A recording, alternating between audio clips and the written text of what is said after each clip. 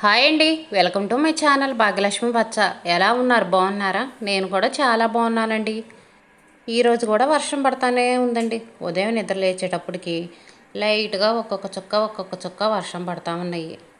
రోళ్ళు కూడా నిండిపోయినాయండి. నిన్న పడ్డ వర్షానికైతే రోళ్ళు నిండుగా నిండిపోయినాయి. ఈరోజు వర్షం అయితే తక్కువేలే, కానీ నిన్నైతే మాత్రం చాలా పెద్ద వర్షం పడ్డది. ఆ వర్షానికి ఈ రోళ్ళు చూడండి మొత్తం నిండిపోయినాయి. రోళ్ళు నిండేటట్టు వర్షం పడ్డదంటే ఆ వాన పెద్ద వాన అంటండి. పెద్ద వాన పడ్డది.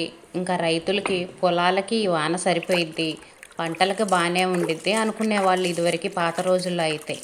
ఇప్పుడైతే రోళ్ళు నిండటాలు ఇవన్నీ ఏం పట్టించుకోవట్లేదు. కానీ ఇంటి ముందు కూడా అసలు ఎంత వాన పడ్డదో కూడా అర్థం కావట్లేదండి. అందరిళ్ళ ముందు సిమెంట్ రోడ్లు, మట్టి అనేది లేదు. అసలుకి ఎంత వాన పడ్డది, పెద్ద వర్షమా చిన్న వర్షం అని మనకు తెలియని కూడా తెలియట్లేదు. పొద్దున పూట పడే వర్షం అయితే మనకు అర్థమైద్ది, కానీ నైట్ పడ్డ వర్షం అయితే ఎంత వాన పడ్డదో కూడా అసలు అర్థం కాదు. పాత రోజుల్లో అయితే ఇంక ఇట్లా రోళ్ళు చూసుకునే వాళ్ళండి వాళ్ళు. రోళ్ళు నిండినాయి అంటే పెద్ద వర్షం పడ్డది, పంటలకు బాగానే ఉంటుంది అని అనుకునేవాళ్ళు. రోళ్ళు కూడా ఈ చిన్న రోళ్ళు కాదు, పెద్ద రోళ్ళు ఉంటాయి చూడండి, పిండి కొట్టుకునే రోళ్ళు. ఆ రోళ్ళు నిండినాయి అంటే పెద్ద వర్షం పడ్డట్టు లెక్కంటండి. నిన్న ఉతికి ఆరేసిన బట్టలు ఈ రోజుకి ఆరినాయండి. ఇలా ఉతికి ఆరేసుకున్నాం అనుకోండి, ఒక రోజుకి 2 రోజులకైనా ఆరిపోతాయి. వాసన ఏమి రావు. వర్షంలో తడిస్తే వాసన వస్తాయి, కానీ బట్టలు వర్షంలో తడవకుండా ఇలా నీడన గోడల పక్కన వేసుకున్నామంటే 2 రోజులకు ఆరిపోయినా సరే బట్టలు వాసన రావు. కానీ వర్షంలో తడిసి మళ్ళీ మనం ఆరేసుకుంటాం చూడండి, ఆ బట్టలు మాత్రం తప్పనిసరిగా వాసన వస్తాయి. అందుకని వర్షం పడేటప్పుడు మాత్రం వర్షంలో బట్టలు ఉంచుకోండి, వాసన వస్తాయి. 1 రోజు 2 రోజులు లేట్ అయినా సరే ఇంట్లో ఆరిపోయినాయి అనుకోండి, ఆ బట్టలు వాసన రాకుండా ఉంటాయి.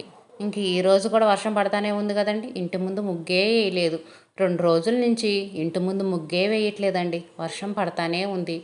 ఈరోజు సండే కదండి, పిల్లలకి స్కూల్ లేదు. నిన్న కూడా స్కూల్ లేదండి, నిన్న కూడా సెలవే. ఇంకా ఈరోజు చపాతీలు చేద్దాంలని పిండి కలుపుతున్నాను. పిల్లలకి సెలవైన రోజు మాత్రమే నేను చపాతీలు చేస్తానండి. స్కూల్ ఉన్నప్పుడు చపాతీలు చేయాలంటే నాకు చాలా కష్టం. చపాతీలు చేయడం అంటే చాలా టైం పట్టిద్దండి. స్కూల్ ఉన్నప్పుడు ఇడ్లీ, దోశ అలాంటివి చేస్తూ ఉంటాను. స్కూల్కి సెలవైన రోజు మాత్రం చపాతీలు చేస్తాను. ఇంక ఈ పిండి కలిపి పక్కన పెట్టేసేయాలి. పిండి ఒక అరగంట సేపైనా నానిందనుకోండి, చపాతీలు బాగా మెత్తగా మృదువుగా ఉంటాయి. ఇందులో నేను కొంచెం ఉప్పును 1 స్పూను 2 స్పూన్ల ఆయిల్ వేసాను. ఒక్కోసారి అయితే ఆయిల్ కూడా వేయనండి. ఉప్పు వేసి కలిపేసి ఒక అరగంట సేపు పక్కన ఉంచుతాను.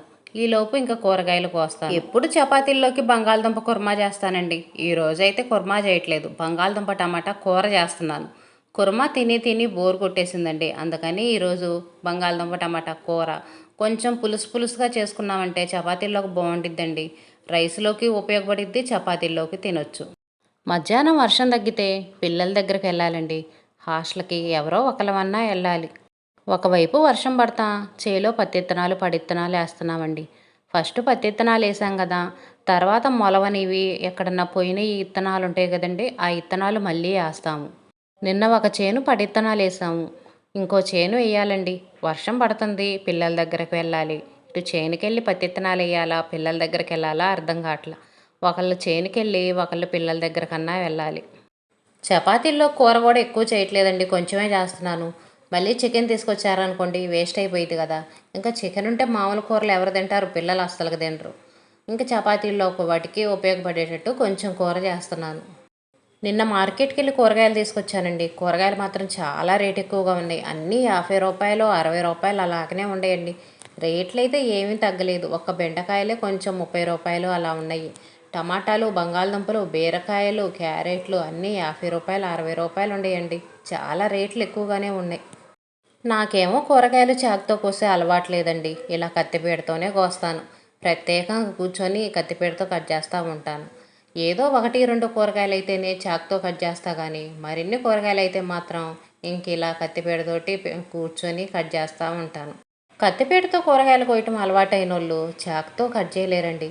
చాకుతో అలవాటైన వాళ్ళేమో ఇలా కత్తిపీటతో కూరగాయలు కట్ చేయలేరు. ఒక్కొక్కరికి ఒక్కొక్కటి అలవాటు. పల్లెటూరులో వాళ్ళు మాత్రం ఎక్కువ శాతం కత్తిపీటే వాడతారండి. చాకు చాలా తక్కువ. ఏదో చిన్న చిన్న ఉల్లిపాయలు అవి కట్ చేయడానికి వాడతారు, కానీ ఎక్కువ శాతం కత్తిపీటతోనే కూరగాయలు కట్ చేస్తూ ఉంటారు. ప్రతి ఒక్కరి ఇళ్లలో కత్తిపీటలు ఉండాల్సిందేనండి.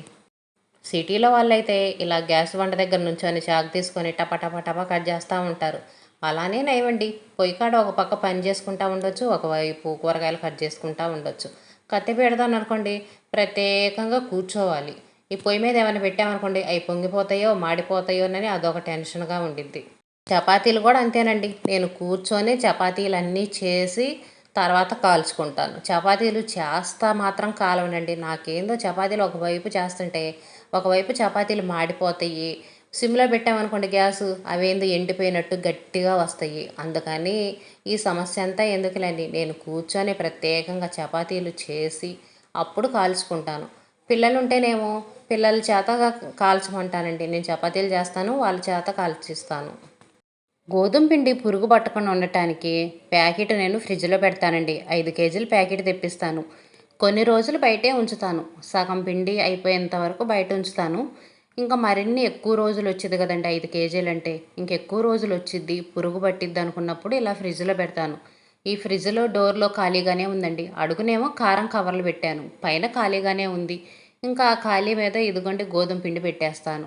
ఇలా ఫ్రిడ్జ్లో పెట్టాను అనుకోండి, పురుగు పట్టదు. పిండి డబ్బాల్లో పోసుకొని పురుగు పట్టకుండా ఏవో చిట్కాలు చెప్తారులే కానీ నేనైతే కవర్ కవర్ ఇలాగ ఫ్రిడ్జ్లోనే పెట్టేస్తానండి. డబ్బాలో పోయటం, ఆ డబ్బాలు క్లీన్ చేయటం, ఈ రిస్క్ అంతా ఎందుకులని సగం వాడేసిన తర్వాత ఇంక ఇలా ఫ్రిడ్జ్లో పెట్టేస్తాను. చపాతీలు చేయడానికి పీట కర్ర అవి వాడతానండి. అవి ఇక్కడ పెట్టుకుంటాను. అవి తీసినప్పుడల్లా ఇక్కడ ఇదిగోండి ఈ గూడు క్లీన్ చేసి మళ్ళీ వాటిని పెట్టేసుకుంటాను. ఎప్పుడు చపాతీలు చేసినా సరే ఇంకా వాటిని తీసి క్లీన్ చేసేసి పెట్టుకుంటానండి. మళ్ళీ ప్రత్యేకంగా క్లీన్ చేసుకోవాల్సిన అవసరం ఉండదులే అని. ఎక్కడ ఏ వస్తువు తీసి అక్కడ ఖాళీ అయిందనుకోండి, దాన్ని క్లీన్ చేసి పెట్టుకుంటాను. ఎక్కడ పట్టినా బొద్దింకలేనండి, సన్న బొద్దింకలు వస్తున్నాయి. కవర్ అంతా పాడైపోతుంది. ఇంకా కవర్ తొడవటం అవి అయితే ఏం చేయట్లేదు. నార్మల్గా చీపిరి తీసుకొని మొత్తం క్లీన్గా ఊడ్చాను. ఇంక ఇక్కడ సిలిండర్ పెడతానండి. సిలిండర్ను కవర్లు ఇంకా చపాతీలు చేసే పీట ఉంటాయి కదా, అంతవడికి పెట్టేసుకుంటాను. ఒకవైపు సిలిండర్ పెట్టాను కదా, ఇంకొక వైపు ఇదిగోండి చపాతీలు చేసే పీట ఉంటుంది కదా, ఈ పీట పెడతాను. ఇక్కడ ఈ విధంగా పెడతానండి.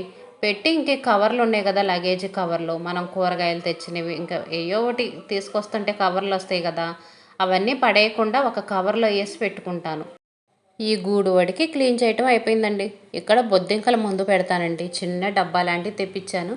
అప్పుడప్పుడు వీటి మీద వేసి ఉంచుతాను. బొద్దింకలు తింటే చనిపోతాయి అన్నారు, అందుకని ఈ డబ్బా ఒకటి తీసుకొచ్చాను. చపాతీలు ఇదిగోండి ఇక్కడ కూర్చొని పీట వేసుకొని చేస్తానండి. ఇంకా చపాతీలు చేసినప్పుడు పిండి రాలిద్ది కదా, చపాతీలు నేను పిండేసే చేస్తానండి. ఆయిల్తో అయితే అస్సలు చేయను. పూరీలు కానీ చపాతీలు కానీ ఏ అయినా కానీ కొంచెం పిండి జల్లే చేస్తాను. ఆ ఆయిల్తో చేయటం నాకు అస్సలకి ఇష్టం ఉండదు, విసుగ్గా ఉండిద్ది. అంతా నూనె మరకలండి. మన చీరకి నూనె మరకలు అవుతూ ఉంటాయి, పీటకి కర్రకి అన్నిటికీ నూనెగా ఉంటాయి. అందుకని ఆయిల్తో అయితే నేను అస్సలు చేయను, పిండితోనే చేస్తాను. ఇంకా ఇవి చేసేటప్పుడు ఇదిగోండి ఇదంతా పిండి రాలింది కదా, ఇంట్లో పని మొత్తం అయ్యేదాకా నేను ఉంచను. చపాతీలు చేయటం అయిపోయిన వెంటనే వాటిని ఎక్కడ వస్తువులు అక్కడ సర్దేసి ఇదిగోండి ఈ పిండి వరకు ఊడ్చి నీట్గా ఎత్తేస్తాను. తర్వాత మనం ఇల్లు ఊడ్చుకోవడం తోడవటం అనేది కొంచెం లేట్ అయినా సరే వంటగది అనేది చూడటానికి నీట్గా ఉండిద్దండి. ఈ విషయాలన్నీ చెప్పడానికి కారణం ఏంటంటే ఎప్పుడు పనులు అప్పుడు చేసుకోవాలండి. ఈ చపాతీల పిండి, ఈ పీట, కర్రలు అన్నీ ఇక్కడే వదిలేసి మనం వేరే పని చేసుకుంటా ఉన్నాం అనుకోండి, పని అనేది మనకు అసలుకి అర్థం కాదు. అందుకనే ఒక పని చేస్తున్నాం, ఆ పని అయిపోయిన వెంటనే ఆ వస్తువులు ఎక్కడి నుంచి తీసామో అక్కడ ఆ వస్తువులు సర్దేసుకోవాలి. అప్పుడు పని అనేది మనకి వైనమైద్దండి. కొంతమంది ఇంట్లో పనులు చేసుకోలేక అవన్నీ సర్దుకోలేక సతమతం అవుతూ ఉంటారు. అలాంటి వాళ్ళు మాత్రం ఎప్పటి పని అప్పుడు చేసుకోండి, ఎక్కడ వస్తువు అక్కడ సర్దేసుకోండి. మనం ఎక్కువ కష్టపడుతున్నాం, ఎక్కువ పని చేస్తున్నాం అన్న ఫీలింగే రాదు. ఇల్లు కూడా ఎప్పుడూ చూడటానికి నీట్గా ఉండిద్ది. ఈరోజు పిల్లల దగ్గరికి హాస్టల్కి వెళ్ళాలని చెప్పాం కదండి, అందుకని చికెన్ తెప్పించాను. ఇంకా చికెన్ వండుతున్నానండి. వర్షం పడతా ఇంకా అంట్లు కడగలేదు, బట్టలు ఉతకలేదు, ఆ పనులు అయితే చేయలేదండి. టిఫిన్ పని చేశాను. టిఫిన్ పని అయిపోయిన తర్వాత చికెన్ తీసుకొస్తే ఇంకా చికెన్ వండుతున్నాను. చికెన్ తీసుకొచ్చిన వెంటనే మాత్రం వండానండి. దాన్ని కనీసం ఒక అరగంట సేపైనా మ్యాగ్నేట్ చేసి ఉంచుతాను. ఇంకా టైం ఉంది మనకి ఇబ్బంది లేదనుకుంటే గంట సేపైనా ఉంచుతానండి. కొంచెం పెరుగను ఉప్పు వేసి పసుపు వేసి కలిపి ఉంచామంటే చికెన్ అనేది బాగా మెత్తగా స్మూత్గా ఉండిద్ది. అందుకనే ఒక అరగంట సేపైనా నేను మ్యాగ్నేట్ చేసి ఉంచుతాను. కూర గ్రేవీగా ఉండటం కోసం ఉల్లిపాయలు టమాటాలు కొంచెం ఆయిల్ వేసి వేయించి తర్వాత మిక్సీకి పడతానండి. ఇందులోనే అల్లం వెల్లుల్లి కూడా వేసి మొత్తం ఒకేసారి మిక్సీ పట్టేశాను. ఈ పేస్ట్ మొత్తం వేసి కూరకు సరిపడా కారం వేసి కూరకు సరిపడా వాటర్ పోసాను. వీటిని ఇంకా గ్యాస్ మీడియం ఫ్లేమ్లో పెట్టి ఒక 10 నిమిషాలు పావు గంట ఉడకనిస్తే చాలండి. 10 నిమిషాలు కాదు, కొంచెం ఎక్కువసేపే ఉడకనివ్వాలి. ఈ ముక్కలకు ఉప్పు కారం మసాలా అంతా బాగా పట్టాలి. నూనె అనేది పైకి రావాలండి. నూనె అనేది పైకి వచ్చేంత వరకు ఉడకనివ్వాలి. ఇంక ఇప్పుడు ధనియాల పొడి చూపించాను కదా, అది సగం ఉడికిన తర్వాత ధనియాల పొడి వేస్తాను. చికెన్లో మసాలా ఏమి ఎక్కువ వేయనండి. అల్లం వెల్లుల్లి పేస్టు, ధనియాల పొడి వేస్తాను. ఆ ధనియాల పొడిలో 2 మిరియాలు, కొంచెం యాలుక్కాయలు, దాచిన చెక్క, లవంగా అవి ఉంటాయి కదండి, అవి వేసి మిక్సీ పడతాను. ఇంకా అంతవరకేనండి, ఎక్కువ మసాలా అనేది వెయ్యను. ఒక్కోసారి ఎక్కువ క్వాంటిటీలో మిక్సీ పట్టుకొని డబ్బాలో పెట్టి ఉంచుకుంటాను. ఇంకా అది అయిపోయిందనుకోండి, ఇంకా అప్పుడప్పుడు కొంచెం వేసుకొని వాడుకుంటాను. అంతకుముందు చికెన్లో అయితే కొబ్బరి వేసేదాన్నండి. ఇప్పుడైతే కొబ్బరి కూడా వేయట్లేదు. కొబ్బరి వేస్తే గ్యాస్ ప్రాబ్లం ఎక్కువగా వస్తుందంట. అందుకని కొబ్బరి వేయకుండా ఓన్లీ ఈ మసాలా వాటికే వేస్తున్నాను. పోయినసారి హాస్టల్కి పోయినప్పుడు చికెన్ ఫ్రై తీసుకెళ్ళాను. ఈ రోజేమో కూర తీసుకెళ్తున్నాను.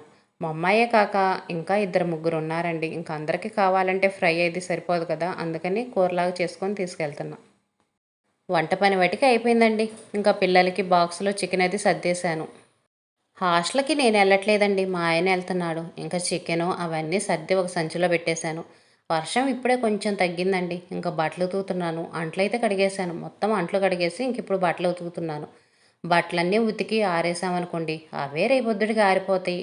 ఇవన్నీ ఉంచామనుకోండి, 2 రోజుల బట్టలు 3 రోజుల బట్టలు ఒక రోజు ఉతుక్కోవాలంటే మాత్రం చాలా కష్టంగా ఉండిద్ది. వాషింగ్ మిషన్లు ఉన్న వాళ్ళైతే వాషింగ్ మిషన్లో వేసుకుంటారు, సరిపోయిద్ది. మనలాంటోళ్ళు చేతులతో ఉతికే వాళ్ళకి మాత్రం చాలా కష్టంగా ఉండిద్దండి. అందుకని నేను ఎంత పెద్ద వర్షం వచ్చినా సరే బట్టలు ఉతకాల్సిందే. ఇంక ఇలా బయట కూర్చోవాతిగాక ఉతకని పరిస్థితి అయితే మాత్రం ఉతకను కానీ, ఇలా కూర్చొని ఉతకాతైతే మాత్రం ఎంత వర్షం పడ్డా సరే ఉతుకుతానండి.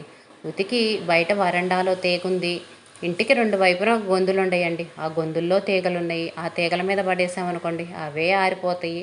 ఇంకా ఆరిపోలేదనుకోండి, నైట్ మనం పడుకునేటప్పుడు ఫ్యాన్ల కింద వేస్తాను. కుర్చీల మీద వేసి ఉంచాననుకోండి, తెల్లారేపటికి చక్కగా ఆరిపోయి పొడి పొడిలాడుతూ ఉంటాయి. ఇలా తుఫాన్లప్పుడు మాత్రం 2, 3 రోజులు వర్షం పడి వాతావరణం చల్లగా ఉండి బట్టలు ఆరవు కదండి. అలాంటప్పుడు మాత్రం నేను ఫ్యాన్ల కింద వేస్తాను. నైట్ పడుకునేటప్పుడు ఫ్యాన్ల కింద కుర్చీల మీద వాటి మీద వేసాను అనుకోండి, తెల్లారేపటికి చక్కగా ఆరిపోతాయి. వర్షం పడుతుందిలే బట్టలు ఆరవలే అని 2, 3 రోజులు బట్టలు ఉంచుకున్నాం అనుకోండి, వర్షం తగ్గిన తర్వాత ఉతకలేక వాటిని ఆరేసుకోలేక, ఆరేసిన వాటిని మడతేసుకోలేక చాలా ఇబ్బంది పడతాం. ఒకరోజు ఒళ్ళు గుల్ల చేసుకోవాల్సి వచ్చింది. వీడియో ఎలా ఉందో ఒక చిన్న కామెంట్ పెట్టండి.